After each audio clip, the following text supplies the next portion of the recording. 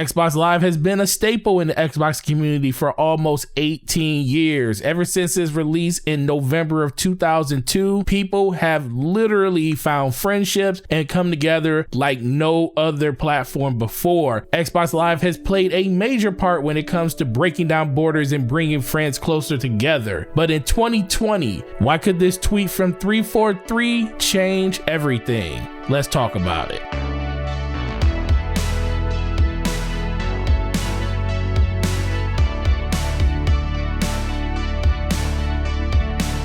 What's going on, guys? It's your boy Forte, and thank you for checking out this video. Make sure you hit that like button, please hit that subscribe button, head over to Twitter, follow me over there. It's the best place to interact with me as a gamer, so we can talk about the things we don't talk about in this video. So, what more can we say about 343? Ever since the July 23rd reveal and the game came off looking very subpar at most, people have just been really going at 343 about every little thing that's been going on with the game. And the fact that 343 did come out and talk about all the things I talked about in my last video about visual fidelity, there has been a growing concern amongst the community that 343 is over its head and it looks like Halo Infinite is en route for a delay. But as the smoke started to clear and people were getting ready to enjoy their weekend, 343 may have put out the most important tweet they ever put out, and this is what they had to say. Halo is for everyone. We can confirm Halo Infinite multiplayer will be free to play and will support 120 frames per second on Xbox Series S. More details will be shared later. Bombshell.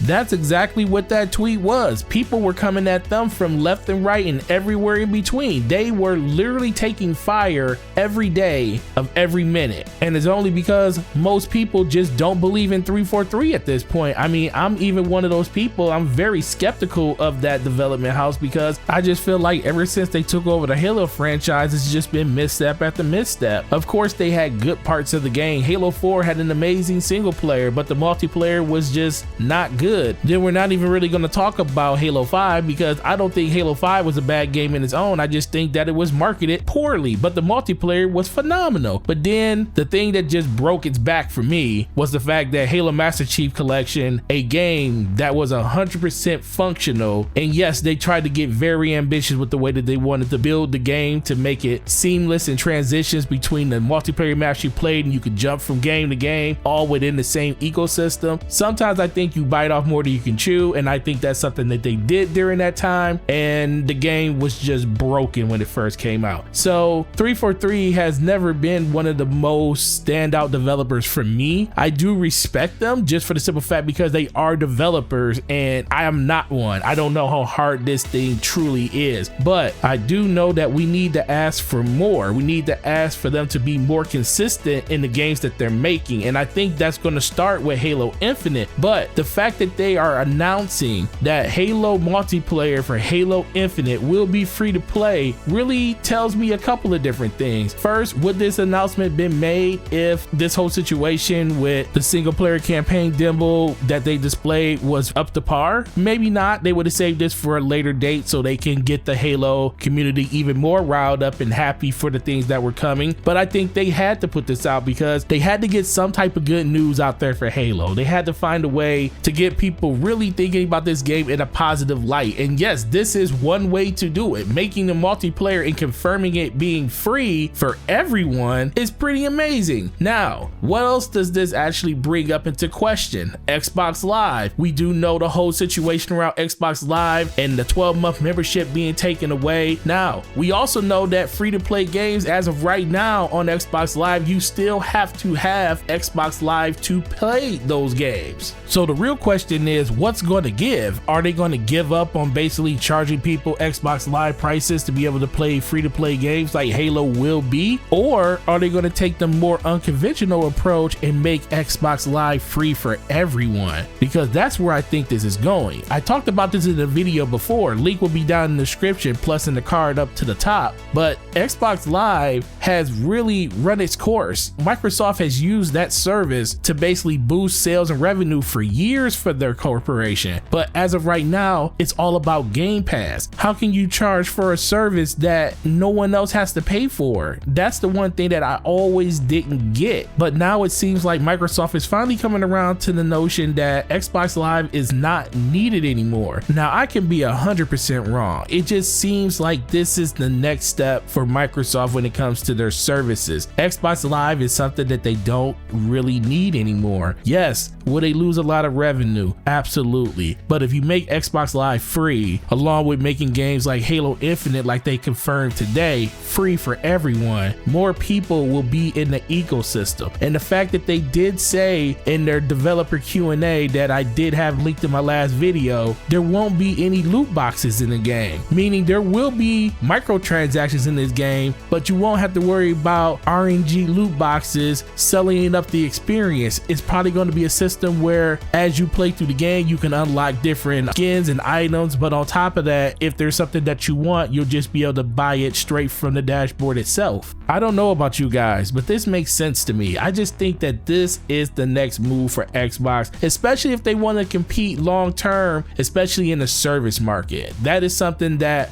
Microsoft really wants to stride and hit home with, and this would be the first step for them to do it. So how do you guys feel about Halo's multiplayer being free? Let's talk about it in the comment section. So let's get to the last part of that tweet. 120 frames per second in Halo multiplayer. Now, I don't think this is going to be in the single player because they specifically said multiplayer. So I guess we're just going to only have 60 frames per second for the single player. But this is an amazing thing. I don't know what the graphical fidelity on the game is going to be for it to run at 120 frames per second, but the potential is going to truly be there. It's going to give you the ability to really understand what PC gamers have been explaining and talking about for the latter part of a decade now. But there's no real reason to make this video any longer than it is. I just wanted to ask you guys a simple question about what did you think about Halo Infinite having free multiplayer? What do you think about 120 frames per second? As of right now, we got 2 games that's confirmed to have that feature. One being Halo, 2 being Ori and the Will of the Wisp, and those are both great games. Well, one of them are great games. We don't know about the other one yet. We're just going to kind of take the wait and see approach on that one. So let's have that conversation down in the comment section. But guys, you have been truly incredible.